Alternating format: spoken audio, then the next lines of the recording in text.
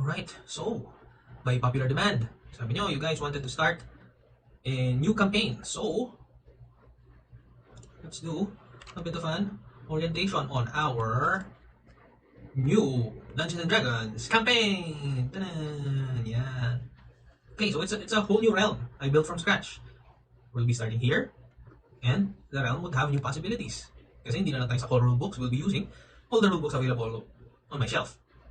And, by popular demand then, we're moving away from Jagosan. Okay, so housekeeping muna tayo. Once again, we have to start with character creation. And I have to orient you guys through the whole process since it's been 2, 3, 4 years, I think, since the create tayo ng character, since the start of our last session. And finally, we can do this face to face. So just to save us some time, we'll do this now sa presentation. I'll just record this on video and send this to you guys so that you can formulate your ideas on the character that you want to make and have an idea of the world that we're going to be playing in before we start a session. Okay, so character creation, once again, we'll be doing the usual steps of choosing a race, choosing a class, choosing a background, and then filling out the things we need for our character sheet. I'll run through the race and class very quickly since medyo madami sila and with the new expansions, mas madami tayong choices. Pero we can do more detailed breakdown of it once we meet face to face. Okay? So, first step would be, let's choose a race for you guys. You know the usual races that we have. We did this last campaign. And sila yun yung mga ating usual races. From Dragonborns all the way to Tieflings. Pero with the expansion books, with the new books that I have, we can choose different races na hindi pa natin nalaro. These are races like Aasimar, the Triton, the Tabaxis, the Eladrins, the Furbolgs, the Tortels, and the Goliaths. I'll run through very quickly each of the races, but you already have a good enough understanding of what they are, so I won't be too long. A bit of a household note, these races, even if they are found in the expansion, are going to be banned on our table kasi they can be broken in terms of mechanics, they can be out of place, and in terms of the world that we're going to be playing in, they might not exist. Okay? So, let's choose a race. We all know, in my world pala, I have to brief you guys also on the rarity of how rare and how common each of the races are. So in my world, these races are going to be everywhere. The humans, the halflings, the elves and the half-elves, the dwarves and the gnomes are going to be pretty much all over the islands or the cluster of islands that we're going to start on. These particular races, the Dragonborns, Half-Orcs, the Tabaxis, Furbolgs, and Tortels, are going to be common in specific places, are going to be common in some cities, they're going to be tribes that you can find all around the islands that have are mostly composed of these races, but they're not as prevalent as the ones on top.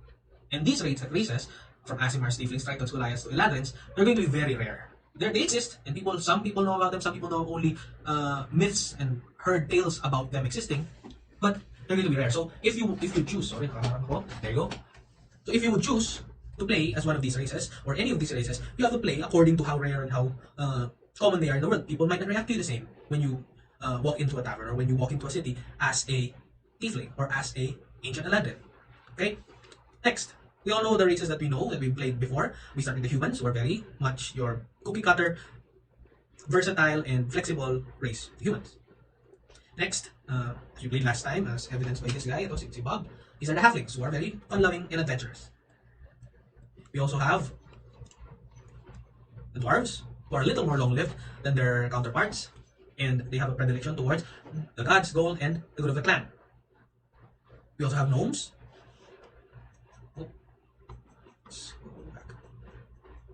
There you go. We also have gnomes, who are the tinkerers, the inventors, who are very clever and naturally prone to being more positive and more vibrant than the other races. Again, as we've discussed before in the first campaign that we ran, these are all guidelines. You can be a very sour gnome, you can be a very negative gnome, but most of the people most of the gnomes that you'll encounter are going to be more positive and more vibrant. People are varied as well. Every other race is varied, but most of them have common characteristics: a shared culture, shared values, and shared traits. Next, we have the elves, who are going to be very pragmatic, very principled, very elegant and graceful, and extremely long-lived. We also have half-elves, who are hybrids of elves and other races, who will have the same splendor and ambition, or splendor and grace as their elven counterparts, but have a mix of a trait from their other half. They tend to be wanderers, diplomats, walking the line between the two worlds where they are involved in. They can live up to 180 years. Next, we have Dragonborn, up here. In this world, they're going to be the ones who are more focused on pride and honor of mastering a specific skill or mastering a specific talent. Their look varies wildly as well, depending on the draconic ancestry that they have. Next, we have the half-orcs, who are in this world going to be very nomadic, very tribal. They would value the survival. They're very survivalists and value the natural order of things, the cycle of nature, the cycle of life, the cycle of death, and stuff like that. And because of their ancestry, they're natural fighters and born warriors. Next, we're gonna have cat people. If you want to play cat person, that's fine. You can play a cat person, but you have to know that the shared culture that they have, the cat people that you're going to encounter in the world that we're in, are going to be most likely collectors, explorers, people who wander, or it's a race that wanders, and they're going to use their sharp senses and agility. If you want to play a cow person instead of a cat person, we have cow persons as well. These are called the furbolgs. These guys will be more isolationists. These guys since they're very much in touch with nature magic and nature itself, they tend to be seers, they tend to be philosophers, and they have access to nature magic innately. Next, if you want to be a turtle person, you can even do that. Turtle people or turtles in this world are going to be ritualistic survivalists. These guys live a very ritual-based lifestyle, very routine-based lifestyle, and they travel a lot, mostly because they already have everything they need on their back because they have a natural armor. That's their shell. Other more rarer races include the Aasimars, who are half celestial, half angelic, half divine people who naturally are going to have a divine connection within them. They're prone to divine visions and dreams and to be a vessel for a divine being or entity in the upper planes. And innately, they have access to more divine-based spells and magic. On the flip side, we have the Tieflings, who are going to be your counterpart to the Aasimars. Last campaign, we had the Tiefling in the form of these guys are more, they have an ancestry related to fiends such as demons, devils, or other infernal creatures. Naturally, they're very suspicious of others, self-reliant, and have an innate ability to cast infernal spells. Next, you also have Tritons, or essentially sea people. These guys are going to live in or close to water. Naturally, they're guardians and protectors, specifically of nature and of the order of nature and the sea. And they're very adaptable on land and on sea. They have access to innate water-based or magic-based spells. And the rarest race, not the rarest, the second rarest race would be the Goliaths. These guys on the flip side to the sea people who live on the coast, these ones live on higher land, in mountains. Most people don't see Goliaths because they can be very tribal, very hermit-like in nature. They stick to their tribes and they don't go down the mountains. They're very emotionless, very stoic, and very practical when it comes to emotions. And naturally, they have a great durability to them. They're very durable athletes. The rarest race in this world would be the ancient elves. These guys are where the elves trace their ancestry from. These are called the Eladrin. These men are very fickle, meaning they're very changeable. Their mood, their look, even their look can change with the seasons or the weather. And they have a very, very natural talent for magic, specifically the chaotic magic of the Feywild or the Fey. Those are the races. We can discuss this in more detail once we meet face to face. Pero those are your choices for the races. A little more expanded than last time that we ran this. Pero the race is only one third of your character. You still have your class and your background to do so. Let's talk about the class. A class is essentially the trabajo of the character. This is what the character does. Specifically, when you're an adventurer, you're going to pick a class that your character will be proficient in. So you already have a good understanding of most of what the classes do, but I'll be focusing on the subclasses, the new subclasses that the expansion books will offer us. So first, let's talk about the Barbarian. We all know how the Barbarian plays. It's a big, strong warrior that likes to be angry. In terms of core mechanics, it uses the rage mechanic wherein you rage, you hit harder, but you get hit more. In terms of actual play, it feels like playing a character of the Hulk in popular culture.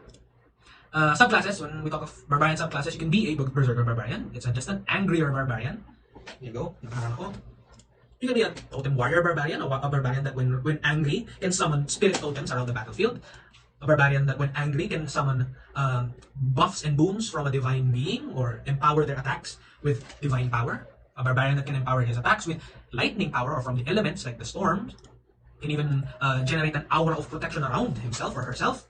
You can be a Barbarian that uses more natural weapons like your fists, claws, tails, bites, rather than using martial weapons or simple weapons. You can even be a Barbarian that when angry summons an avatar of their ancestor to be angry with you, or a Barbarian that's just pure chaos magic, wherein when you get angry and you rage, chaos magic pours out from you and you can cast random spells, accidentally or intentionally. That depends on how powerful you get.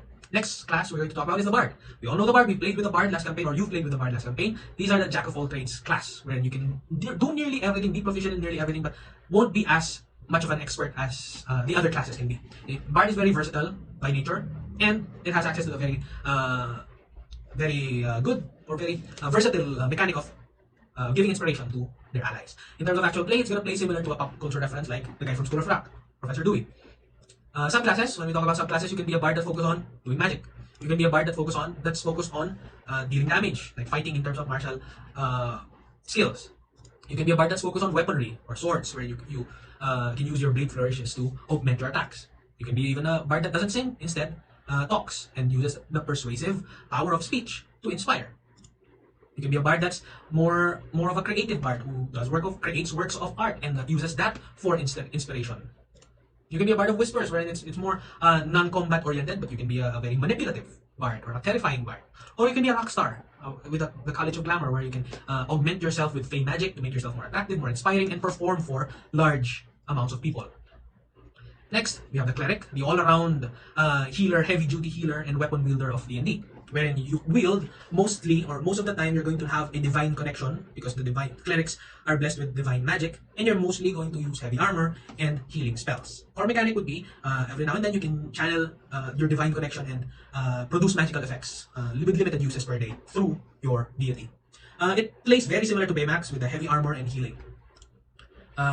Cleric has a lot of their domains when you factor in the new expansion books. You can be a cleric that can forge items, a cleric that can heal allies from death and be focused more on the concept of death. You can be a cleric that's more focused on utility skills. You can be a cleric that's focused on actual healing, the super healer of the group. You can be a very, very damage-oriented cleric or a area of effect-oriented cleric. You can be a cleric with access to nature spells, versatile cleric. You can be a cleric that can buff and give allies extra attacks.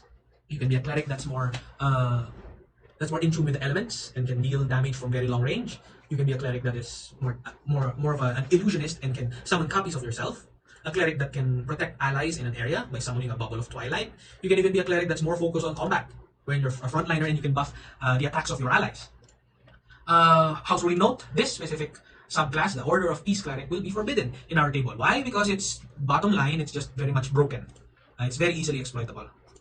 Next, we have the Druid. The Druid, you played with the Druid last campaign. Very much a utility-based, can be built as a utility-based magic caster that can create, destroy, and solve problems with nature magic. They tend to have a belief in a natural order, not all the time, but they do in most cases. And they have a very signature mechanic, which is in the form of the wild shape, where they can transform into an animal for a limited period of time. This plays very similar to the shape-shifting wizards of Lord of the Rings, specifically Radagast the Brown of Lord of the Rings. Druid circles, you can focus on pure magic. You could be very much a nature-based or nature spell-based druid. You can focus on the wild shapes, very much a wild shape-based or a beast-shaping druid. You can be a druid that's focused more on healing, a druid that's focused more on the versatility of summoning healing and damaging spores. You can be a druid that can turn themselves into a constellation instead of animals. You can be a druid that, when you activate your wild shape, summons a companion that grows with you instead of you transforming into an animal yourself. Or you can be simply a druid that loves animals and uses and summons animals that can be found around him or her. Next, we can talk about fighters. Fighters are very much the weapon masters of D&D. They're very versatile and they're masters of combat. They tend to be proficient in physical weapons and can be experts in many. And they can choose fighting styles, wherein they have a very unique specialties when it comes to weaponry or fighting styles and get bonus perks. This is more similar to a character like Mulan from pop culture, wherein she's a very versatile archer, sword fighter, can improvise with different weapons if need be. Subclasses for the fighters, we have a fighter that's more focused on bows and can use magic arrows. A fighter that's more focused on commanding the battlefield. A fighter that's more focused on just basically being a fighter and fighting. A fighter that's more focused on fighting on horseback or on mounts. A fighter that's focused on fighting and magic spells. Oh, you can see him. There you go. A fighter that's focused on fighting and using telekinetic abilities. A fighter that's focused on using empowering tattoos. A fighter that's focused on being tough and not giving up, like the samurai with its mechanics of being very offense focused. Next, we can talk about the monk. The monk, we played with the monk last campaign,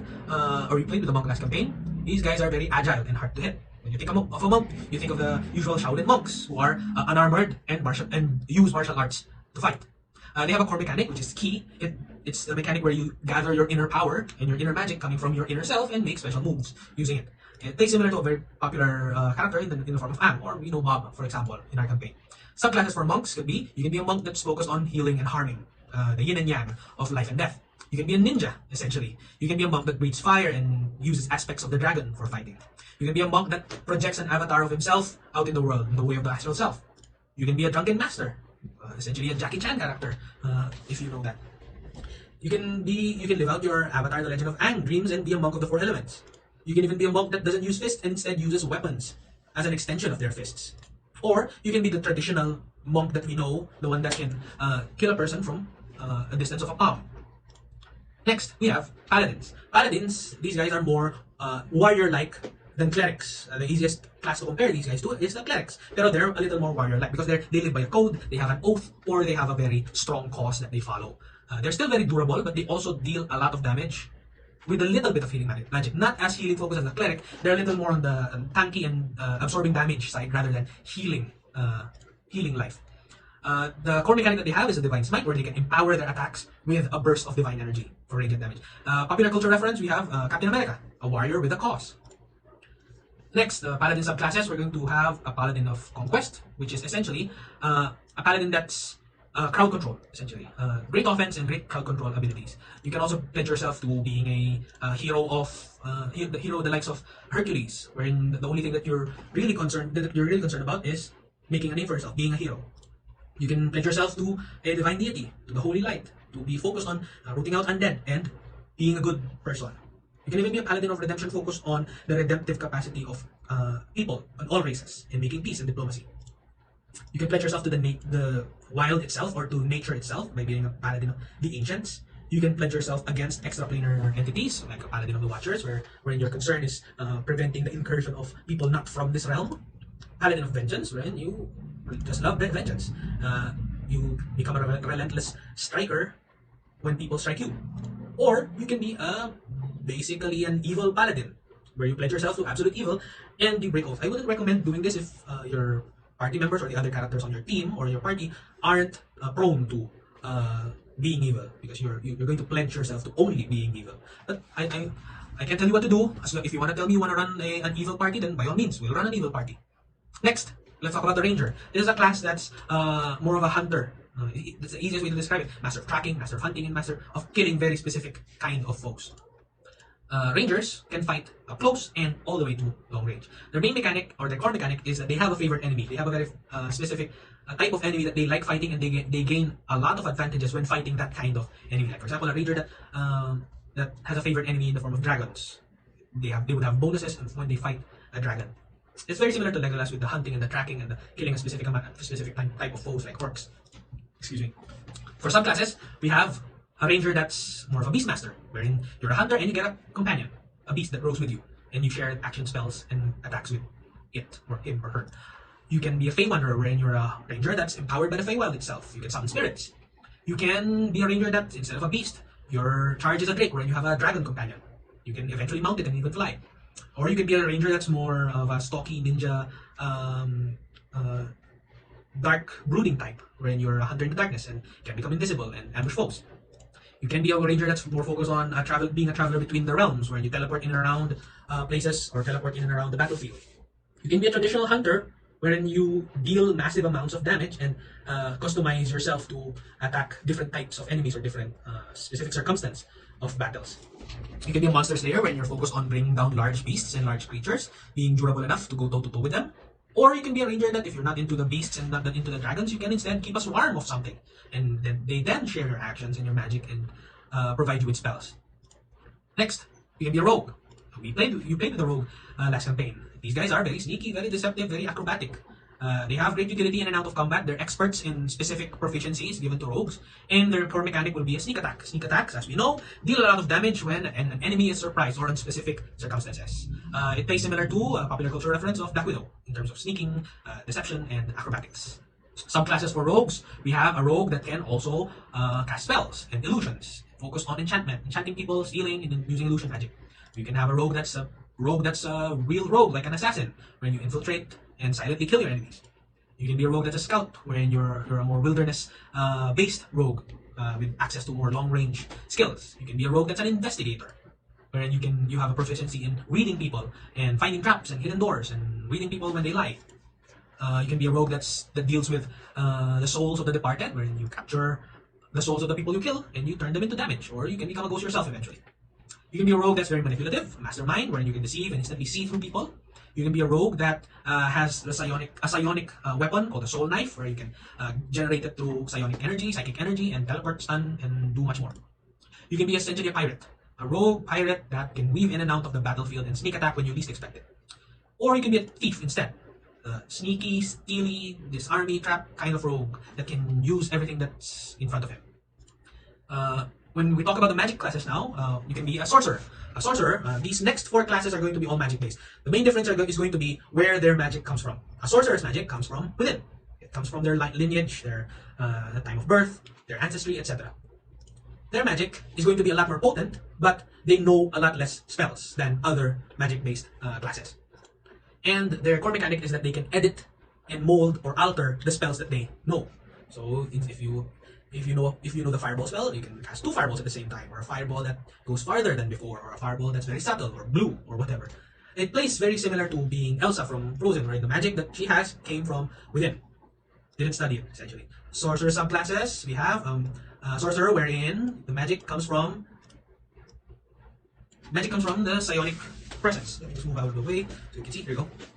Magic comes from the mind itself, like the innate psionic or telekinetic power of the mind. You can be a sorcerer that's magic comes from the cosmic concept of order, wherein you want everything to be efficient, effective, and all in order. You're a clockwork soul. Your magic can come from a divine being or a divine entity or the gods themselves. You get access to the divine spells, but you're a more magic focused or spell focused divine caster.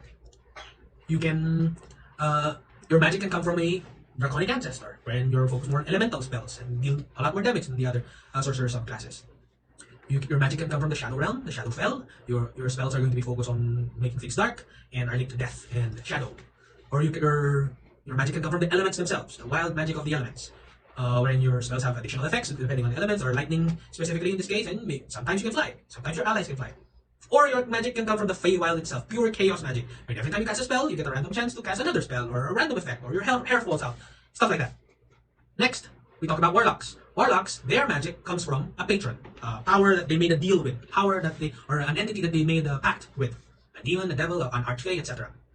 They also have less spells and spell slots, but they're easier to refuel. It takes only a short rest to refuel your spell slots when you're a warlock, or a specific circumstance so that you can replenish your spell slots. Their core mechanic is that they're granted a boon or a specific thing from their patron that they have permanently. This plays closer to the Green Lantern, wherein his lantern powers come from an alien race or a planet. Warlock subclasses, we have warlocks that made a deal with an archfey of the Feywild, wherein magic is focused on illusion, enchantment, chaos, and making sure things are chaotic. You can pledge yourself to a holy celestial or a divine being and get healing spells with your magic. You can pledge yourself to an unknown creature of the deep. You get water, cold spells, and summon tentacles. You can pledge yourself to a demon or a devil, a fiend of the lower planes, and get a lot of damage dealing spells. You can pledge yourself to a jinn or an entity that can grant wishes. These guys, the jinns are very amoral, and you can eventually yourself grant small wishes for yourself. You can pledge yourself to an unknowable ancient being that no one maybe knows. This is a very versatile spell class because you can pledge yourself to any manner of being and can enchant yourself and customize yourself in many different ways. Or you can pledge yourself to a talking sword and get a talking sword. You're a spellcaster that can fight up close now. You're a warlock that likes to fight with a blade. Next, wizard. This is what we think about when we think about spellcasters. Wizards, a wizard's magic comes from studying. Studying. Therefore, they have access to most of the spells. I think all the spells, given that they have the knowledge, given that they've sought it out. But the drawback is that because they've devoted themselves to studying, they're less physically durable. Their core mechanic is that they have a very specialized set of spells that they know and love. Or they have a spellcasting tradition that they specialize in, like I focus on this tradition of casting illusion-based spells or casting enchantment-based spells, etc. They play similar to the kids in Harry Potter, wherein their magic comes from study and they know spells, they have to know spells and learn spells to cast them. In terms of wizard subclasses, you can focus on the tradition of abjuration, wherein you focus on protection magic. Conjuration, you focus on summoning magic. Divination, where you focus on prophetic magic or divine fortune-telling magic. You can focus on specializing in enchantment-based magic, wherein these are charms and charisma magic, enchant a foes or a charm a person, stuff like that. You can focus on evocation magic, meaning elemental damage dealing magic. Focus on illusion magic, self-explanatory, perception altering magic. Focus on transmuting magic, wherein you transform the material from one type to another. You can focus on magic that can grant you swords, wherein you can wield a sword and sling spells at the same time. You can be a wizard that's focused on absolutely all the spells, collecting spells, being a master of all the spells. You can focus on magic that's more linked to death, like a necromancer, unholy magic. Or you can focus on magic that's specific to combat, mostly mage combat magic. Just a note, these last 4 subclasses, being a Blade Singer, a member of the Order of Scribes, a Necromancer, or a War Mage, these are a little more rarer than those on the top row. These on the top row, they're very common, especially in Magic Cities, not in all cities. I'll discuss a bit more about the Magic later, but in terms of rarity, the 4 that you find on the bottom row are going to be a little rarer in the world than those on the top row. So just keep that in mind. And lastly, we have an Artificer, wherein your magic that doesn't come from studying, doesn't come from a patron, doesn't come from within or innately. It comes from magic inventions or infusing your arcane knowledge, arcane ability in objects. Therefore, your spells are going to be cast through your tools and through your inventions. As such, you're going to be a little more resource-based, where you have to mind not only your spell slots, but the number of infused things on your person, the number of your inventions, and you have to manage a little more of your resources than the spellcasters. Their core mechanic is going to be in the form of infusing an item, where you put a spell into an item or enchant an item to create magical effects. You can wear them yourself, be essentially Iron Man with all his tools and different magic, for the purpose of this, magic spells. Or you can distribute them to allies, invent something for your ally, like a weapon, a magic weapon that shoots fireworks, stuff like that. It plays similar to being Phineas and Ferb or playing as Iron Man, for popular culture reference.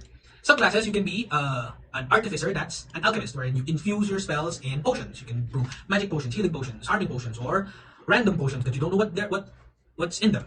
You can be a armorer, wherein you infuse your spells in magic armor. You can get different enchantments, wear them yourself, or equip your allies with magic armor.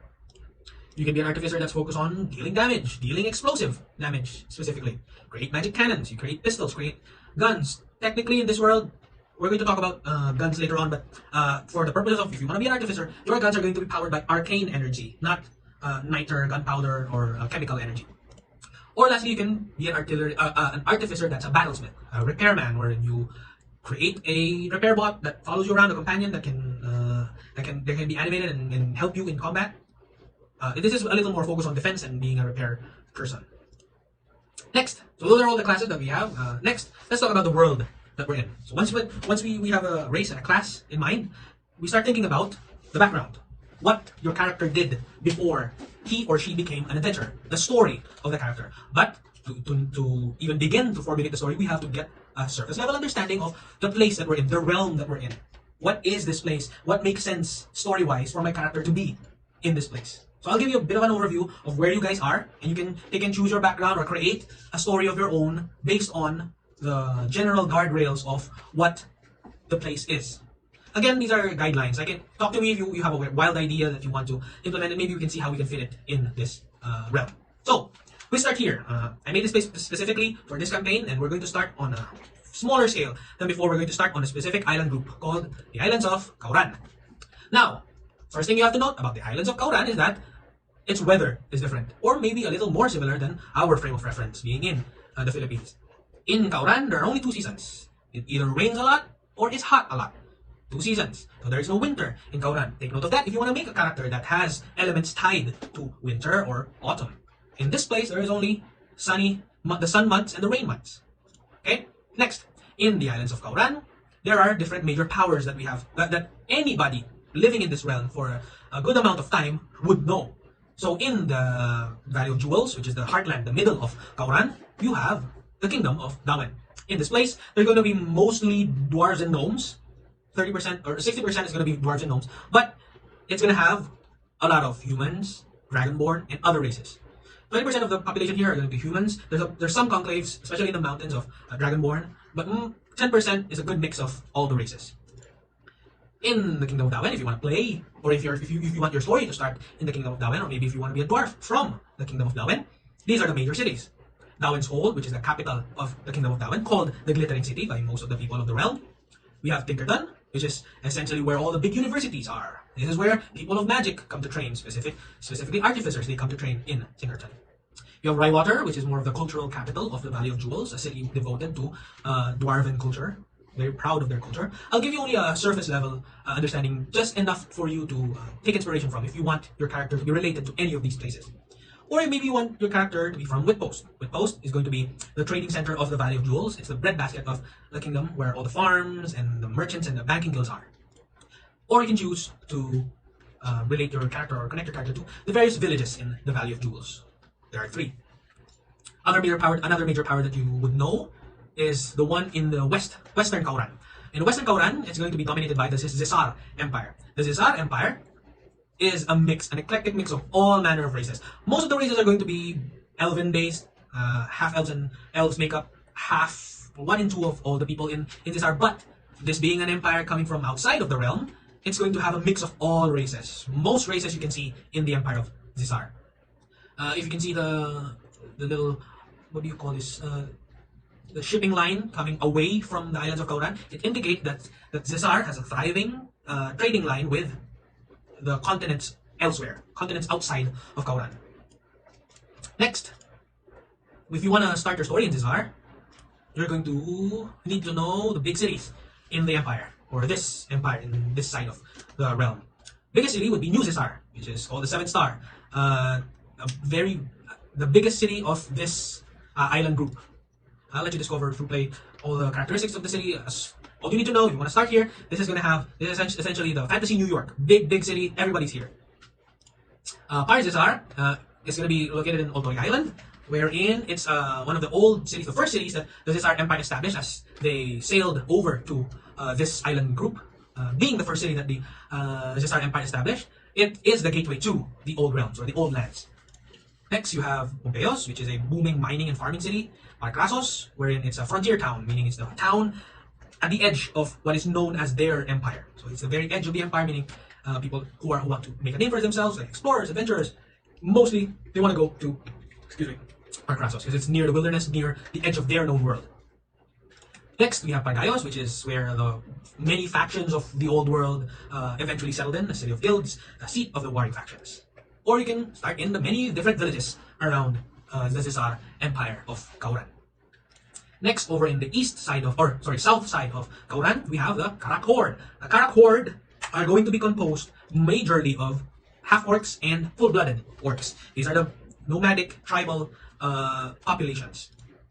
There's a big population of Goliaths here, 10%, 1 in 10 people are Goliaths, and 1 in 10 people are a mix of other races.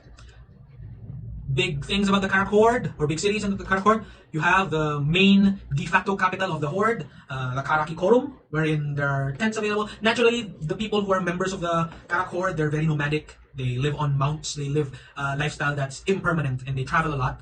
But in the Karakikorum, they have semi-permanent structures like tents and things of that nature, wherein they can congregate and discuss things that are for the good of the entire Horde. You also have 4 nomadic herds to choose from, all up and down the southern side of Kauran. Next major power, over in the eastern side, eastern side of Kauran, you have the City of Colors, Balenari. This big city-state, essentially this entire city is a country in itself. To use modern terms, it is a city-state.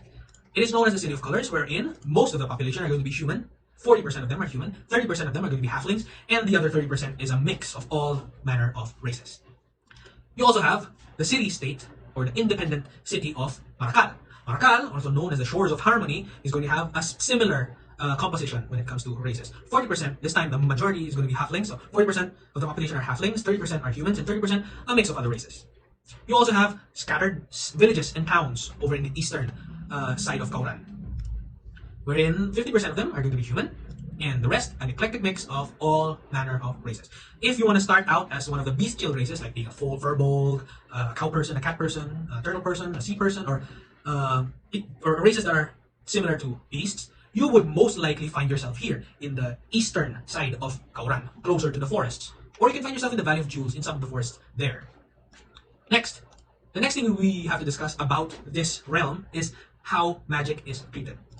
In terms of the dimensions of magic in fantasy, magic in this realm, people are aware of magic in this realm. It is a known thing.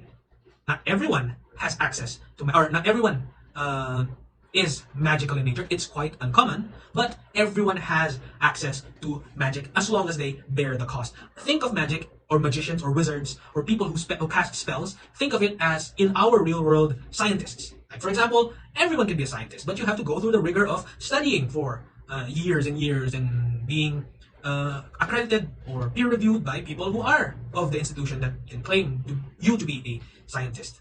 So essentially, people know magic. It's not a legend. It's an uncommon thing to be a magic user. You're not gonna find an alchemist or an artificer in every single town that you come across. There's definitely gonna be a wizard in a big city, There's definitely going to be big wizards, healers, clerics, sorcerers in a big city, but it's not going to be common all around the realm.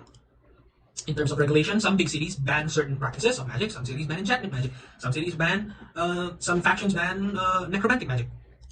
In terms of accessibility though, magic is quite respected. Again, think of it as being a scientist in the real world. We respect scientists, hopefully all of us do. We respect scientists, everyone can be a scientist, but you have to bear the cost of being a scientist. And speaking of cost, I am talking in general terms. If you want to be a warlock, you have to bear the cost of making a deal with a patron. If you want to be a wizard, you have to bear the cost of actually putting in studying to be a wizard.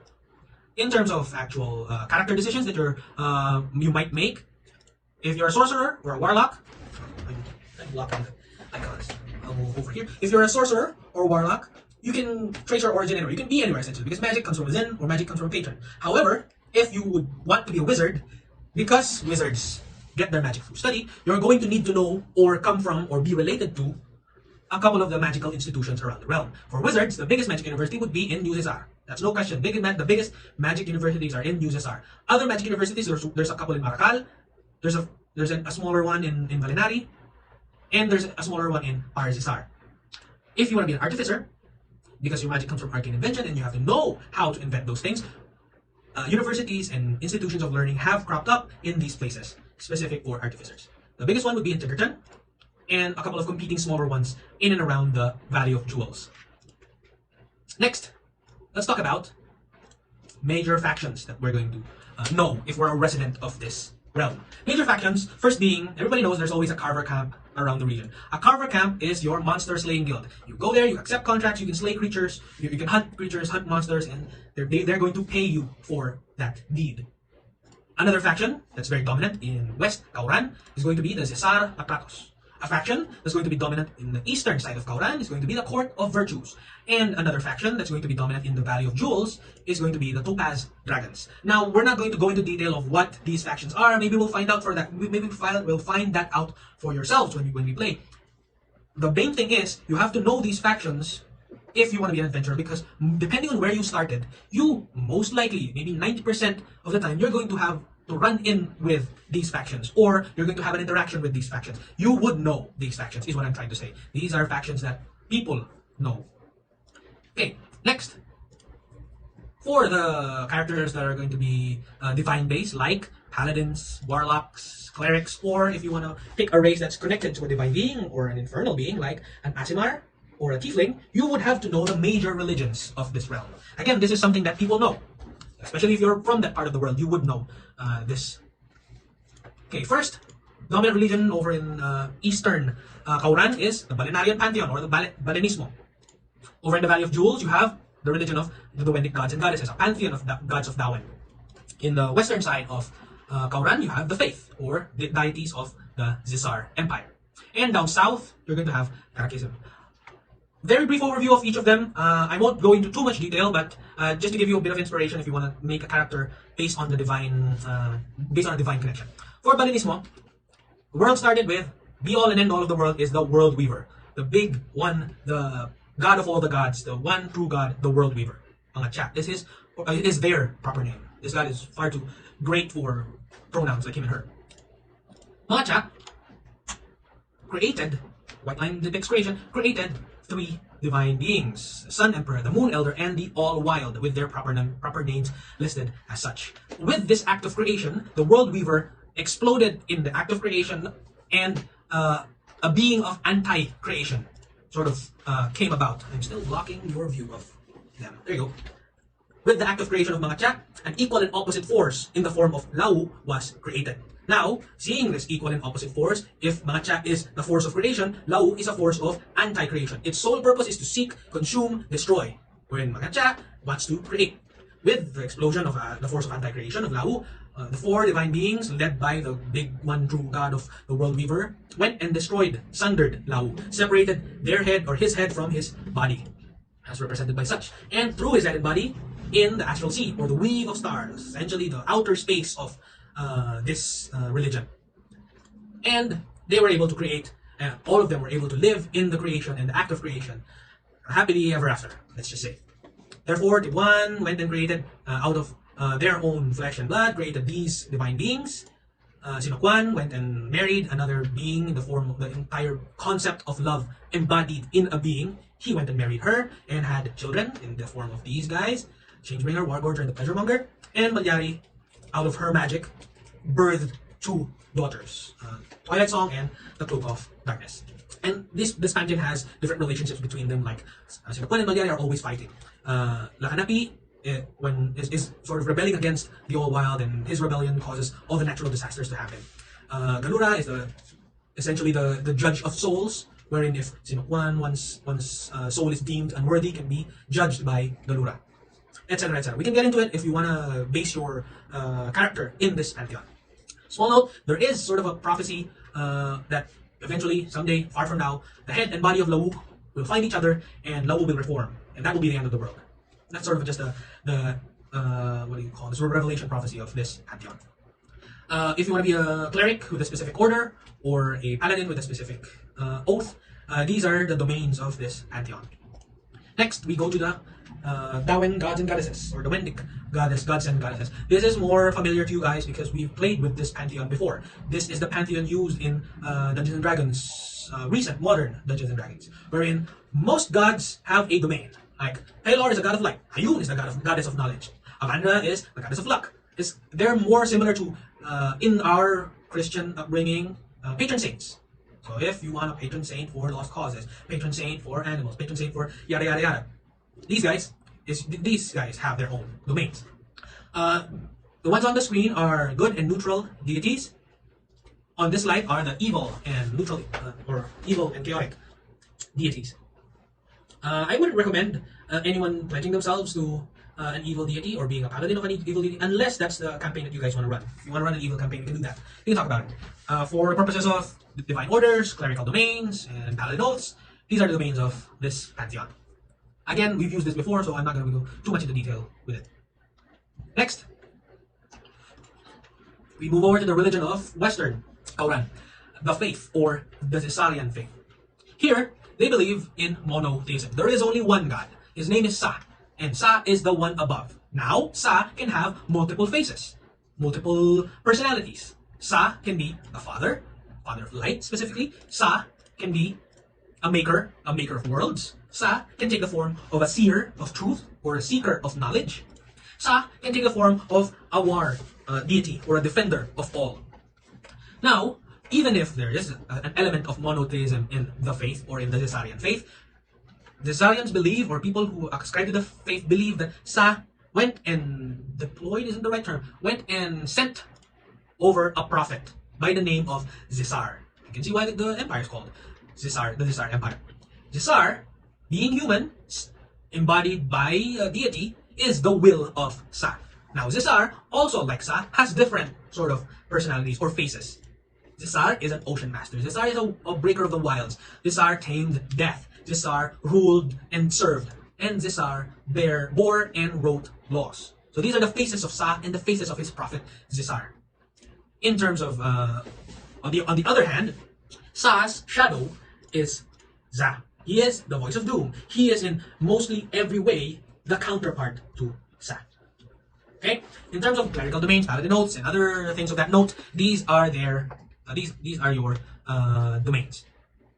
So if you, for example, want to be a cleric of Sa or a cleric of the faith, but you want to be a Tempest cleric, you can take the oath, or you can take the domain of the Ocean Master, of the Prophet of Sa, I mean.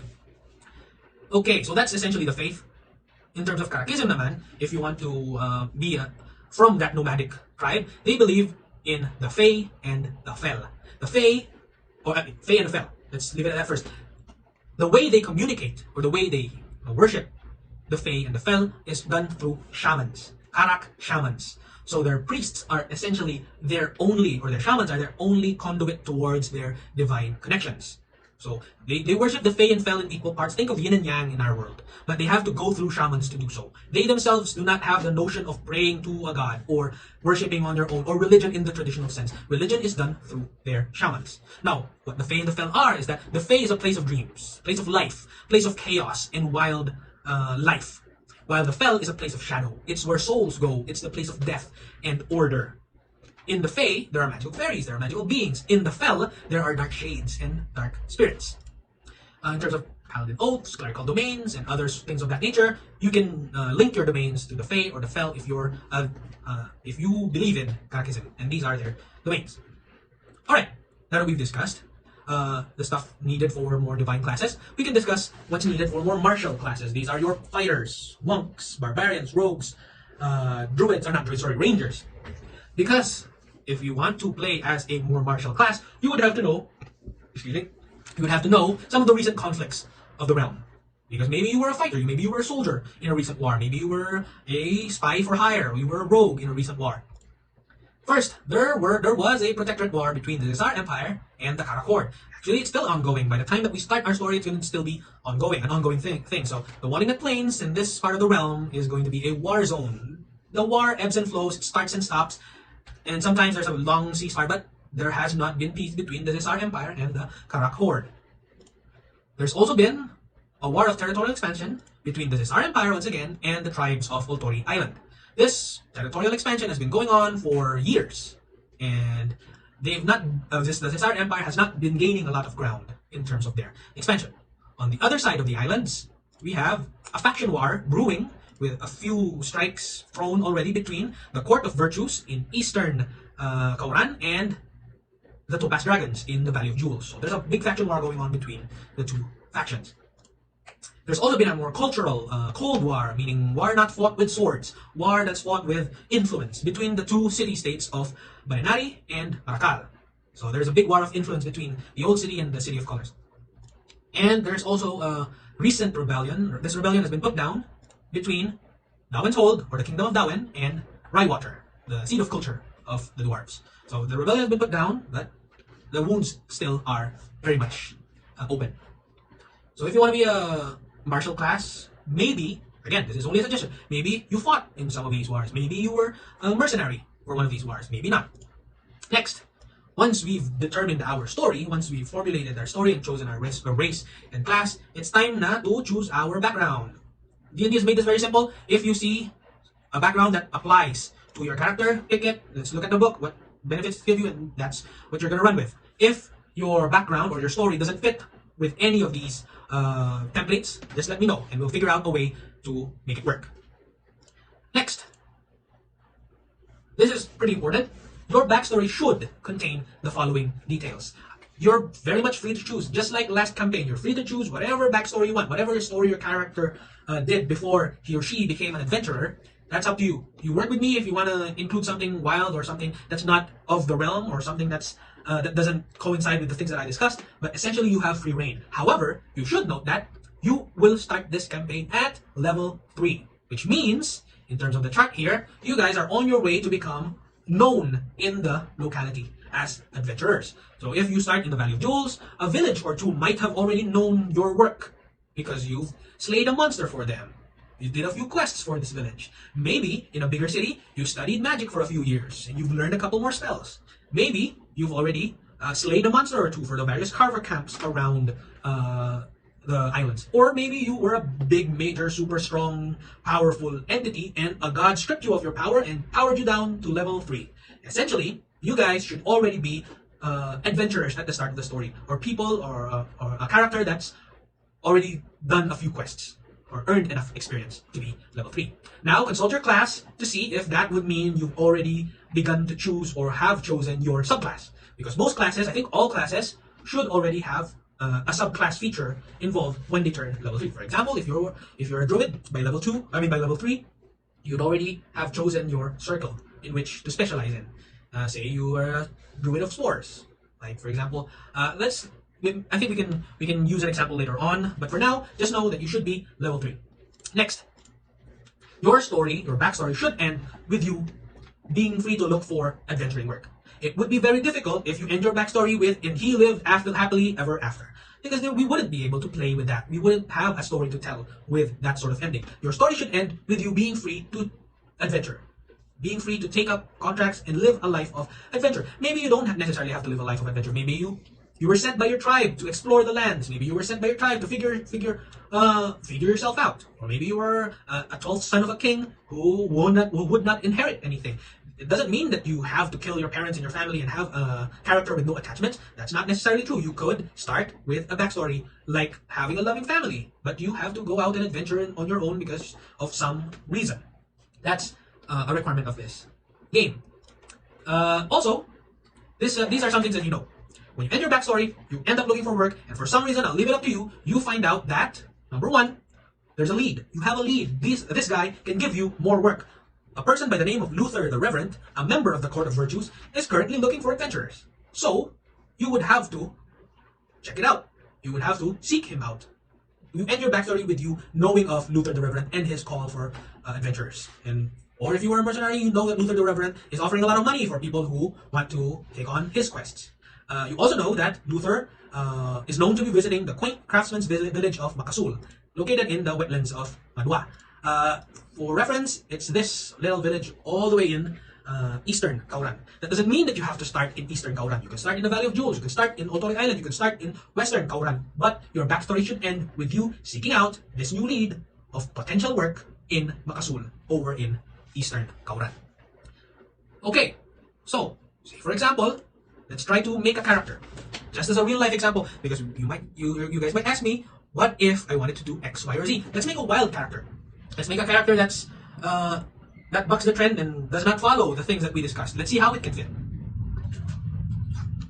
So, let's pick a Triton because of water, and let's make him a rogue, Triton rogue. Maybe let me change my pen color. There you go. Maybe this Triton, for some reason, let's go against what I discussed, does not like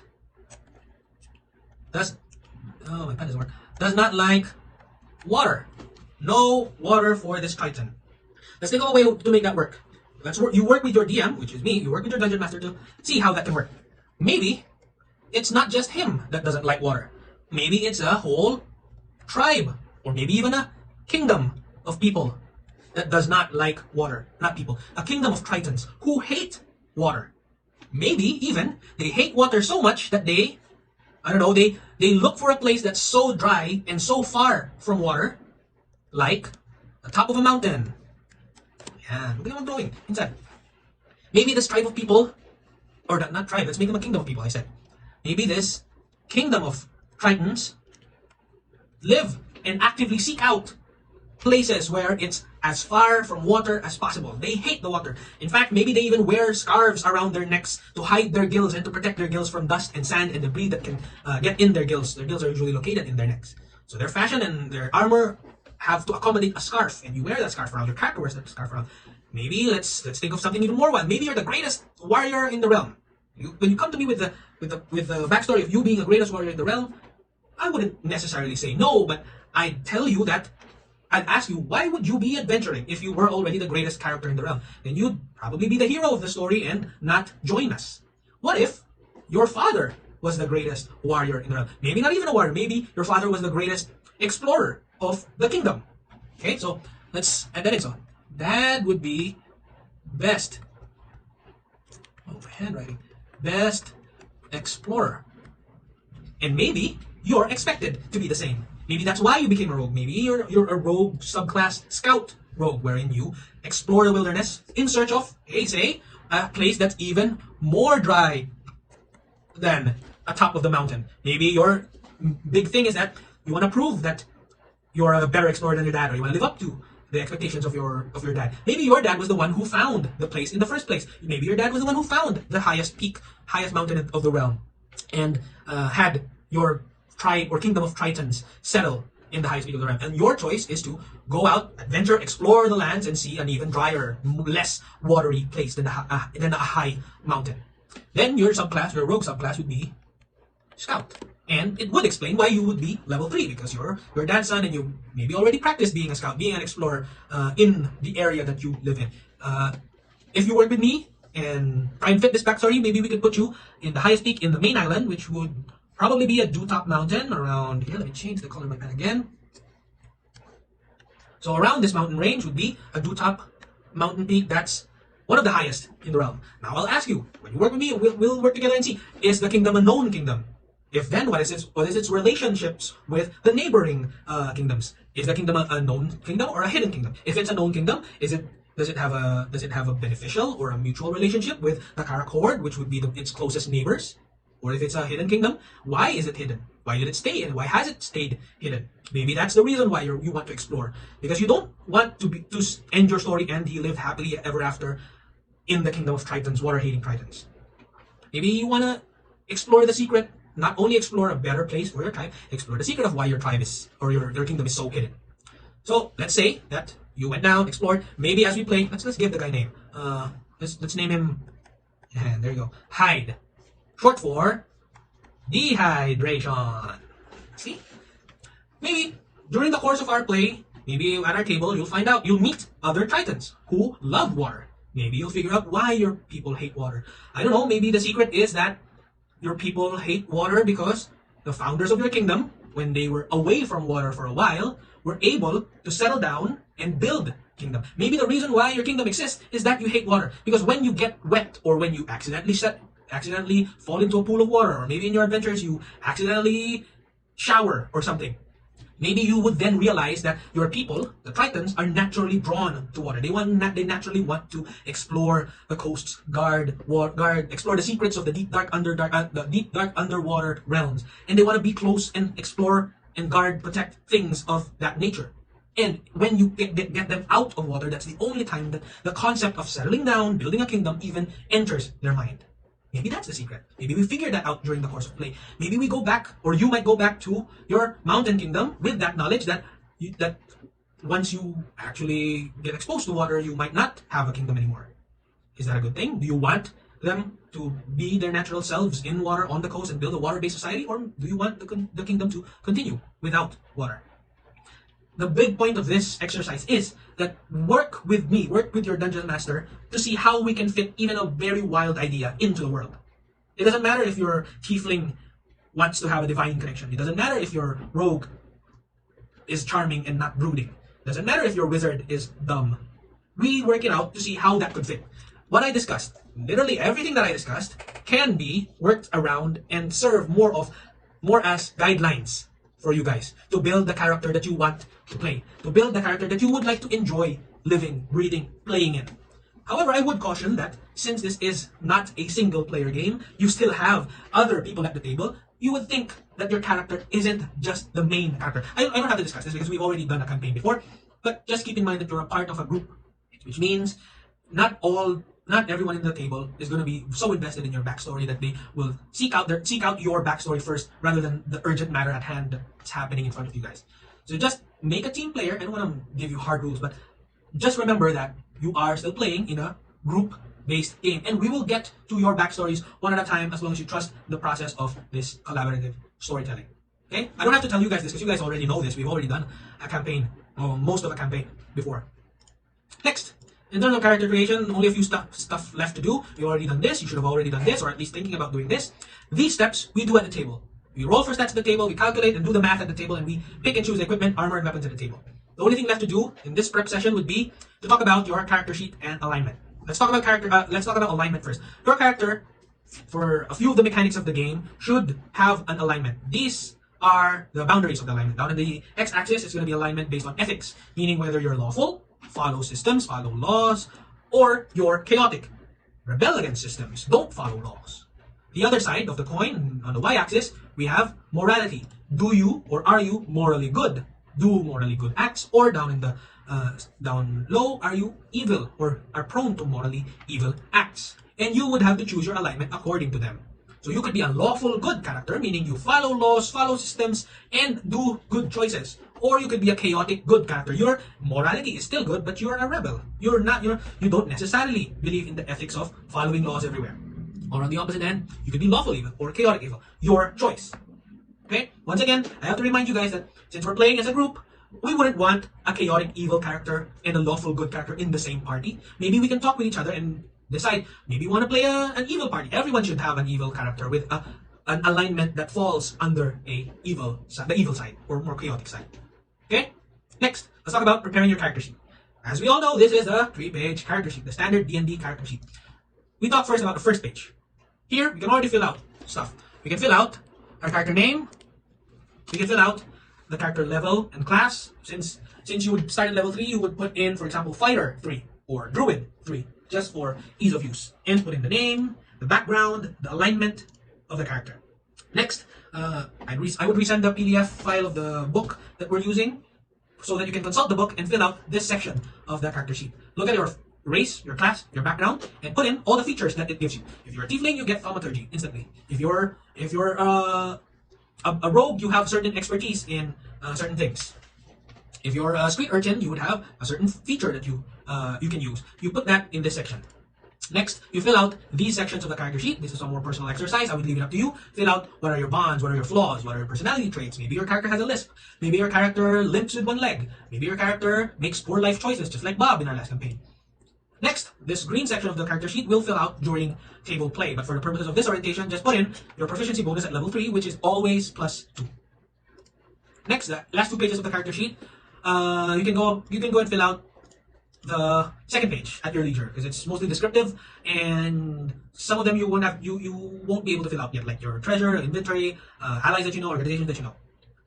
In terms of spells, if you pick a class that is able to cast spells, just consult your race, or not your race, your class, see the type of spellcasting that you do, read up on how many spells that you have available, and then turn to page 207 of your player's handbook and choose. Maybe don't even start reading the class. Just, if you're a druid, go to page 207 and look at this list of spells and start reading up on the spells, so that you know what your initial spell list is going to look like. And essentially, that's it. Welcome, you guys, to our new Dungeons & Dragons campaign. We'll see each other as soon as possible.